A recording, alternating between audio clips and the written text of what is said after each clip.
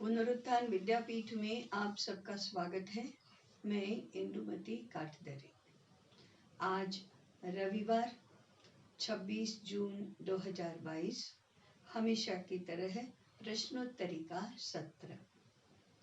आज दोनों विषयों में जो प्रश्न आए हैं उनमें से चयन करके दो कार्यकर्ता बारी बारी से प्रश्न पूछ रहे हैं। हमारे साथ नियति सप्रे हैं जो गुरुकुल के संबंध में आए हुए प्रश्न पूछेंगी, और सातारा से रामचंद्र जी भोसले हैं, वे अर्थशास्त्र के संबंध में प्रश्न पूछेंगे। हमारी रचना ऐसी रहेगी कि पहले एक प्रश्न गुरुकुल का होगा, उसके बाद अर्थशास्त्र से होगा, उसके बाद पुनः गुरुकुल से और पुनः अर्थशास्त्र से, ऐसे बारी बारी से हम प्रश्नों को लेंगे। शुरुआत करते हैं गुरुकुल के प्रश्न से। नियति ताई। ये मधुरा जी पूछ रही हैं कि उनको बच्चे को गुरुकुल में डालना था, इसलिए उन्होंने बहुत से गुरुकुल देखे, लेकिन उनको ये समझ में आया कि गुरुकुल खोलने वाले ही अभी भ्रम की स्थिति में। तो उनको ये संशय लग रहा है कि ऐसा तो नहीं होगा कि आसमान से गिरे और खजूर में अटके। हाँ, यह प्रश्न बहुत वास्तविक है और बहुत लोगों का ऐसा अनुभव भी है। दो तीन बातों का हमें ध्यान रखना चाहिए। पहले तो जिसको भी गुरुकुल शुरू करना है उसे पहले गुरुकुल के बारे में जानकारी प्राप्त करनी चाहिए, अध्ययन करना चाहिए। गुरुकुल के और आज के विद्यालय में क्या अंतर है, इसको भी सही पद्धति से समझना चाहिए। अपना गुरुकुल का शिक्षा क्रम कैसा होगा उसके बारे में भी स्पष्टता होनी चाहिए। आगामी 10 वर्ष तक, 15 वर्ष तक हम गुरुकुल कैसे चलाने वाले हैं, इसकी एक रूपरेखा उनके मन में होनी चाहिए। सिद्धता पूरी करने के बाद ही गुरुकुल शुरू किया जाना चाहिए। आज ऐसा नहीं होता है। उत्साह इतना रहता है, लोगों का आग्रह भी इतना रहता है, और आकर्षण भी गुरुकुल संकल्पना की ओर ऐसा होता है कि बिना पर्याप्त तैयारी किए गुरुकुल शुरू हो जाते हैं। अभिभावक भी ऐसे गुरुकुलों के आकर्षण से अपने बच्चों को उसमें प्रवेश दिला देते हैं। फिर उनकी भी स्थिति वैसी ही होती है कि उनका भ्रम टूटता है। उसमें केवल गुरुकुल का दोष है ऐसा भी नहीं है। माता पिता ने भी गुरुकुल के बारे में कुछ ऐसी कल्पनाएं करके रखी होती हैं कि उनको कुछ ही समय में गुरुकुल में वे साकार होती दिखाई नहीं देती। इसलिए उन्होंने पहले तो हम अपनी संतानों को गुरुकुल में भेजना चाहते हैं तो उनके बारे में क्या क्या चाहते हैं, वे बड़े होकर क्या बनेंगे ऐसा चाहते हैं। तो माता पिता के माध्यम में मन में भी लक्ष्य के बारे में, उद्देश्य के बारे में और हमारी स्वयं की आकांक्षा और अपेक्षा के बारे में स्पष्ट होना चाहिए। गुरुकुल के संचालक और छात्रों के माता पिता, इन दोनों का पर्याप्त संवाद होना चाहिए और सामंजस्य बैठना चाहिए। तब ऐसा भ्रम टूटना अथवा निराश होना ऐसा नहीं होता है। आज दोनों पक्षों में पर्याप्त सिद्धता की आवश्यकता है। अब अर्थशास्त्र के प्रश्न की बारी है। रामचंद्र जी। जी, पुणे से अश्विनी वनकर ने सवाल पूछा है, शिक्षा, अनाज और औषध तीनों का मूल्य नहीं लेना चाहिए, ऐसा हमारा शास्त्र कहता है। यह अभी असंभव है, ये संभव कैसे करें? बात सही है। असंभव है नहीं, असंभव लगता है। हम ऐसी विपरीत परिस्थिति में जीने लगे हैं। इस प्रकार के विपरीत अर्थशास्त्र का ज्ञान हमको प्राप्त हो रहा है। इस प्रकार से संस्कृति और समाज के बारे में अज्ञान है कि हमको ऐसी सारी बातें असंभव लगने लगती हैं। वर्षों की, हजारों वर्षों की परंपरा में ऐसी व्यवस्था तो भारत में रही ही है, इसलिए यदि वह असंभव होती तो होता ही नहीं। परंतु आज क्यों लगती है, इसका एक कारण है अज्ञान। हमें पता ही नहीं है कि ऐसा भारत में होता रहा है। हमें पता ही नहीं कि इसके लिए व्यापक स्तर पर व्यवस्थाएं कैसे बिठाना चाहिए। किसी भी सूत्र को उसके विपरीत परिस्थिति के मध्य में संभव बनाना है।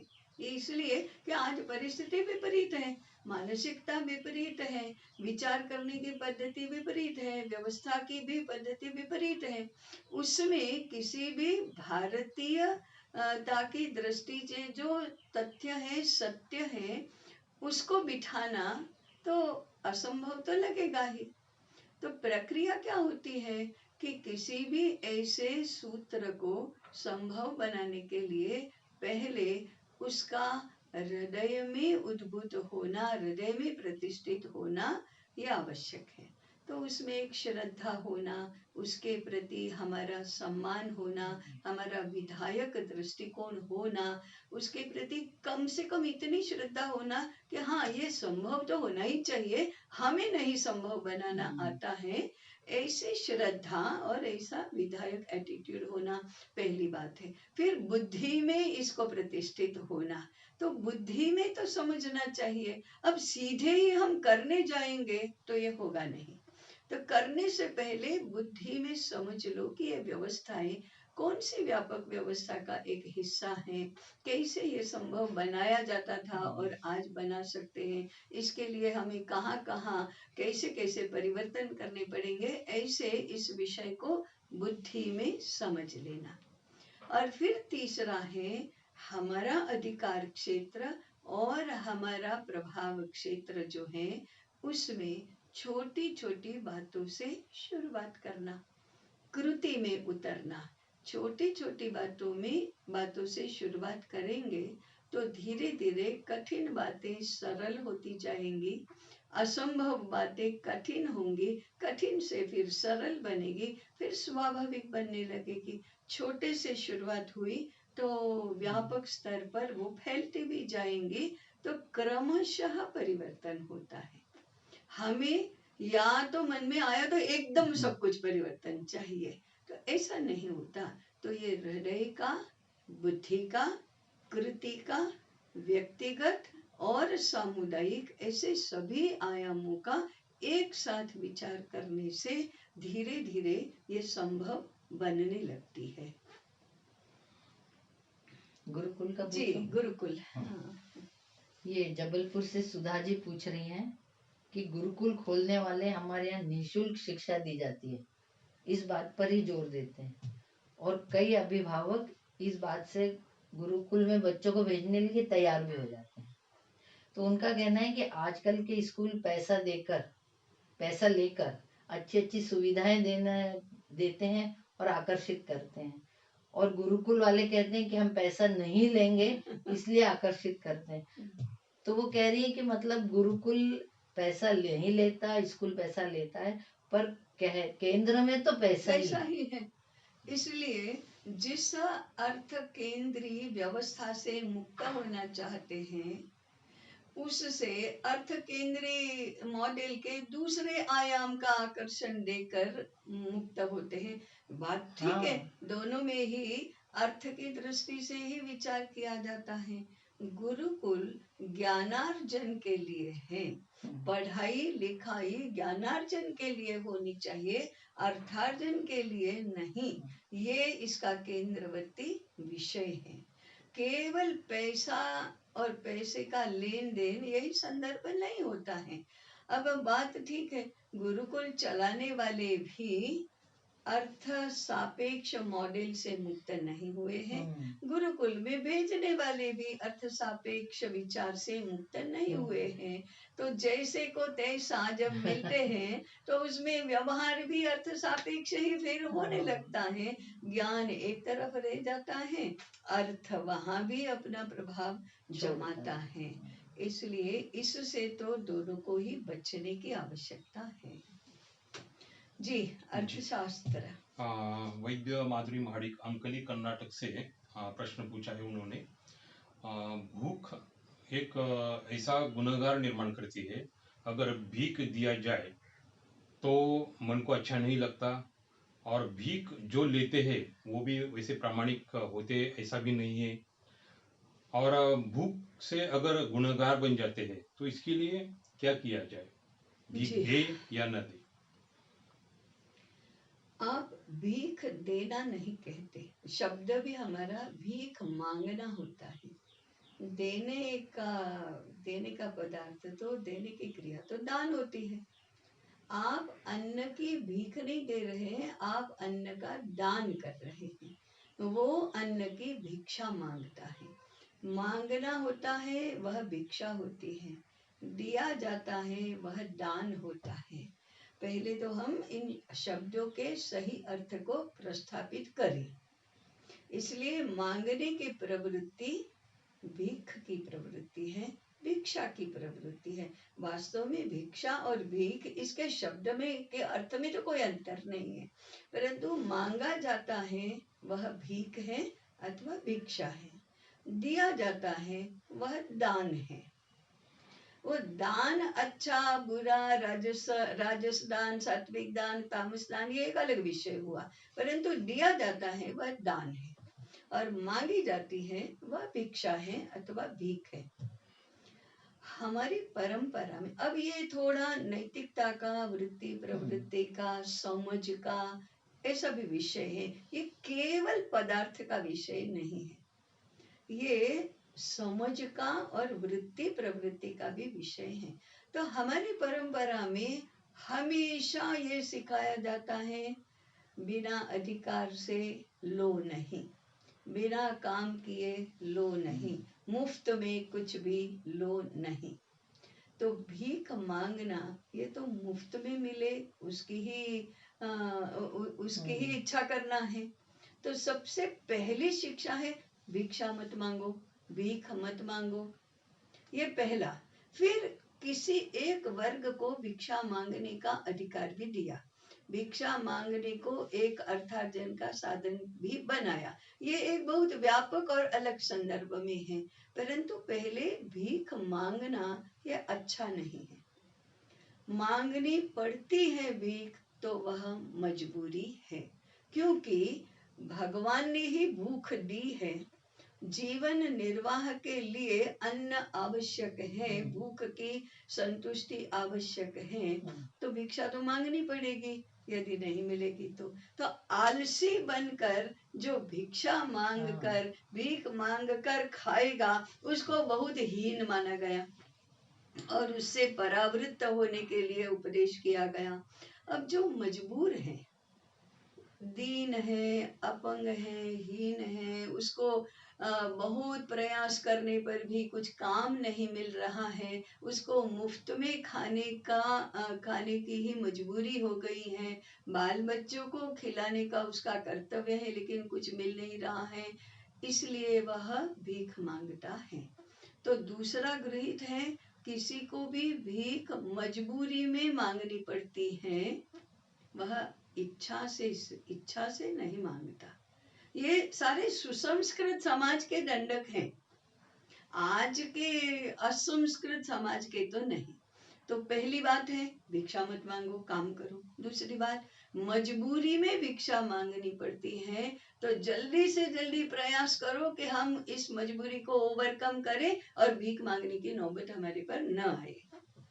परंतु तीसरी बात है, जो व्यवस्था एक मनुष्य को भीख मांगने पर मजबूर करती है, उस व्यवस्था का बहुत बड़ा दोष है। उस व्यवस्था का बहुत बड़ा दोष है कि किसी भी व्यक्ति को अपनी भूख संतोषने के लिए मांगना न पड़े। ये भी सुसंस्कृत समाज को विचार करना है, और ये विचार जिनके पास धन है उनको करना है, उनकी जिम्मेदारी है। और चौथा है कि भूख लगी है तो खाने को मिलना चाहिए। अगर प्रकृति ऐसी व्यवस्था करती है कि जिसको भी जन्म देती है उसके आहार की व्यवस्था वो पहले ही करती है, तो मनुष्य को तो वो करनी ही चाहिए। इसलिए भिक्षा मांगने वाले को, भीख मांगने वाले को अन्न देना ये कर्तव्य है, उपकार नहीं है। ये हो सकता है कि प्रायश्चित भी है कि ऐसा कैसा हमारा समाज है कि किसी को खाने के लिए भीख मांगनी पड़ती है, इसलिए मुझे देना ही चाहिए। ऐसे भूख के कारण से उसको अन्न के ऊपर अधिकार प्राप्त है। मैं कमाता नहीं हूँ, मैं दिनहीन हूँ, मुझे भूख लगी है, तो स्वाभाविक है वो तो खाएगा। और इसलिए अगर समझदार लोग, अगर सुसंस्कृत और धनवान लोग अन्न का दान नहीं करते, उसको भिक्षा नहीं देते, तो फिर उसको चोरी करनी पड़ेगी, उसको लूटपाट करनी पड़ेगी, उसको छल कपट करना पड़ेगा। तो फिर उसका अपराध वो भूखे व्यक्ति का नहीं है, वह धनवान लोगों का यह पाप है, यह अपराध है। इसलिए अन्नदान की बहुत व्यापक व्यवस्था तो की हुई होती है कि किसको नीचा भी ना दिखना पड़े, हाथ भी ना फैलाना पड़े और भोजन की व्यवस्था हो जाए। ये विषय इतना महत्वपूर्ण है। मैं एक उदाहरण दूंगी। हमारे एक कार्यकर्ता ने बताया कि अभी ये औद्योगिक क्षेत्र है, तो जो कारखाने हैं उसमें एक नया यंत्र आता है और सैकड़ों लोग बेरोजगार हो जाते हैं। अच्छा। अब ये घर में 3 बच्चे हैं, वृद्ध माता पिता हैं, पत्नी है, वो क्या करेगा? अगर हिम्मत वाला है तो आत्महत्या नहीं करेगा, नहीं तो वो तो आत्महत्या करने के लिए मजबूर हो जाएगा। अब ये दूसरे दिन से कोई कमाई का साधन ही नहीं रहा, मजदूरी करता था तो उसको तो बहुत कम कमाई होती थी कि महीनों तक वो बचत करके नहीं चला सकता। वो क्या करेगा? चोरी ही करेगा, भीख मांगेगा अथवा चोरी करेगा। अब भीख मांगना इतना आसान नहीं है। हमको लगता है कि इनको शर्म नहीं है, शर्म तो है, लेकिन क्या करेंगे, इसलिए वो चोरी करता है। फिर इसको पाप कहते हैं, चोरी करना, लूटपाट करना, आते जाते वाले को लूट लेना, इसको पाप कहने लगते हैं, अपराध कहने लगते हैं, इनके दंड का प्रावधान करते हैं। लेकिन उसके और उसके आश्रितों के आहार की व्यवस्था के बारे में कोई नहीं सोचता। तो ऐसा समाज असंस्कृत समाज होता है। इसलिए कहा है कि बुभुक्षितः किन्न करोति पापम। अरे भूखा आदमी क्या नहीं करेगा, वो तो चोरी भी करेगा। तो अपराध किसको मानना, पाप किसको मानना, दंड किसको देना, व्यवस्था कैसे ठीक करना, कि जिसके कारण से लोगों की पहले तो आलसी रहकर भीख मांगने की वृत्ति न बने, उसके बाद वो आलसी नहीं है, काम करना चाहता है तो उसे काम मिले, और तीसरा जितना मिलता है उसमें से अपना निर्वाह चलाने की कुशलता भी प्राप्त करे। और इतना सब कुछ होने के बाद यदि कोई मजबूर हो जाता है तो फिर उसको अन्न दान तो करे ही, और कुछ नहीं रहा और अगर उसने चोरी की तो उसको अपराध न माने। ऐसे बहुत सारे आयाम इसमें ध्यान में लेने पड़ते हैं।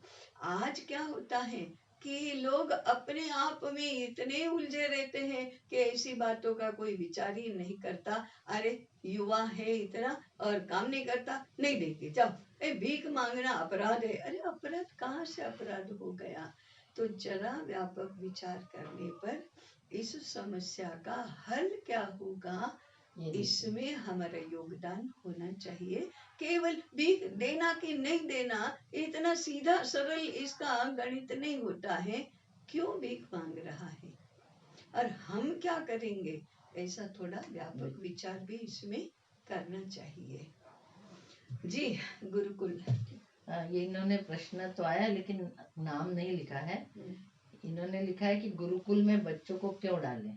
ऐसा प्रश्न पूछने पर गुरुकुल वालों का जवाब रहता है कि यहाँ पर बच्चों के ऊपर परीक्षा, नंबर आदि का तनाव नहीं रहता, परीक्षा नहीं होती। लेकिन क्या बुद्धि की कसावट के लिए परीक्षा लेना उचित नहीं है? हाँ, ये सारी जो शब्दावली है उस शब्दावली का अर्थघटन बहुत अलग तरह से आजकल किया जाता है।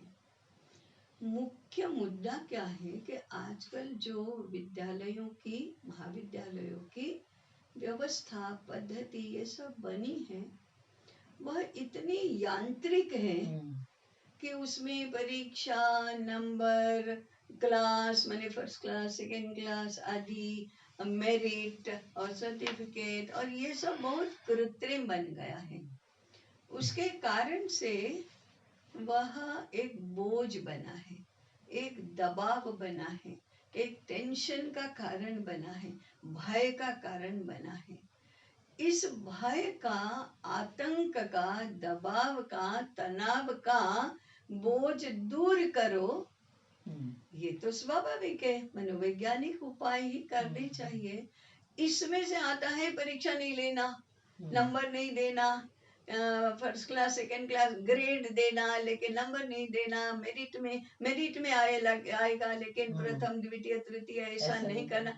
ऐसे जैसे कहते हैं ना, ऊंट वैदू के उपाय किए जाते हैं। ये उपाय सही नहीं है, लेकिन एक मैकेनिकल व्यवस्था को साइकोलॉजिकल उपाय देकर और फिर उसमें कुछ परिवर्तन करना, इससे कोई भला नहीं होता है, अच्छा परिणाम नहीं निकलता है। परीक्षा, स्पर्धा, अंक, स्थान माने रैंक, ये मैकेनिकल व्यवस्थाएं नहीं होनी चाहिए, ऐसा परीक्षा नहीं, ऐसा कहने का अर्थ है।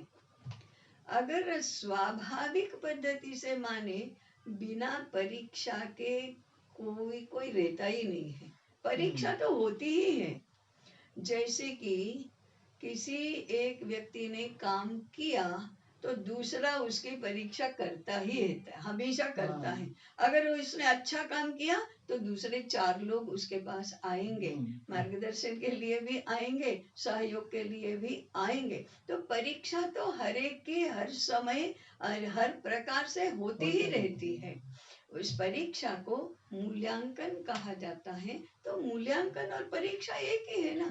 अब आम खरीदते हैं तो चख कर, देख कर, इधर उधर घुमा कर देखते हैं, तो वो परीक्षण ही तो करते हैं। तो उस अर्थ में परीक्षा होती ही है और होनी भी चाहिए। परीक्षा करो, कितना आता है। मेरे अगर 4 छात्र हैं, उनको मुझे आगे क्या सिखाना है ये तय करना है, तो मैं उन चारों का किसी न किसी प्रकार से परीक्षण तो कर लूंगी कि उसको ये आता है क्या।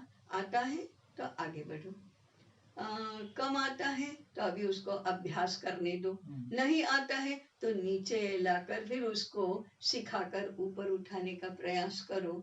ऐसे मूल्यांकन और परीक्षा तो हर समय होगा। पास होना, फेल होना तो होगा ही होगा।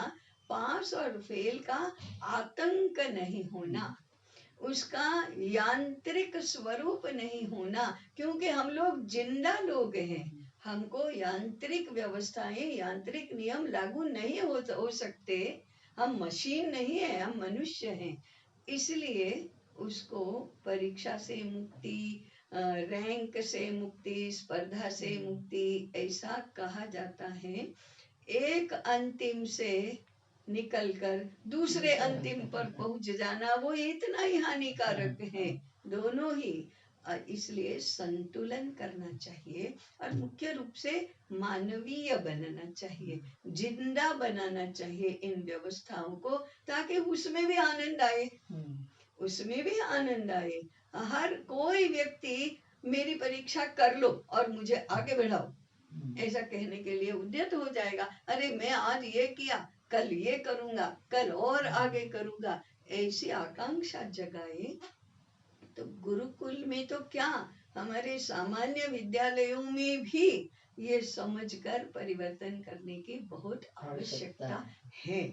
गुरुकुल वालों ने तो अपने गुरुकुलों को अच्छा चलाने के लिए, दीर्घ काल तक चलाने के लिए और सही अर्थ में शिक्षा के विषय वस्तु और पद्धति को स्थापित और प्रतिष्ठित करने के लिए इन बातों पर अच्छी तरह से विचार करना चाहिए।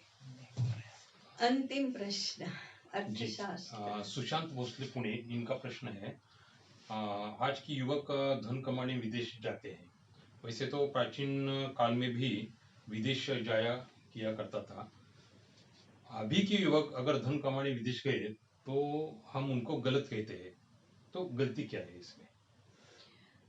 केवल विदेश जाना इतने मात्र से कोई बहुत बड़ा अपराध हो गया, ऐसा नहीं है। लोग विदेश जाते थे, हमारे लोग तो पूरी दुनिया में गए हैं, व्यापार के लिए भी गए हैं, अर्थात धन कमाने के लिए भी गए हैं। लेकिन वो धन कमाकर यानी विदेश व्यापार करके स्वयं कमाते थे, कुटुंब के लिए धन लाते थे, देश को भी अर्थ लाभ होता था। हमारे यहाँ का कारीगरी का या और कोई अन्य मूल्यवान पदार्थ उनको देकर वहां से तो सुवर्ण लाते थे, माणिक मोती हीरे लाते थे। अपने देश को सोने की चिड़िया बनाने वाला तो ये विदेश व्यापार है। तो इस दृष्टि से धन कमाने के लिए जाना ये तो स्वाभाविक है, परंतु अपनी सेवाएं बेचकर, अपनी बुद्धि बेचकर, अपना मन बेचकर, वहां के सारे अपलक्षण या अपसंस्कृति अपनाकर किसकी सेवा होती है?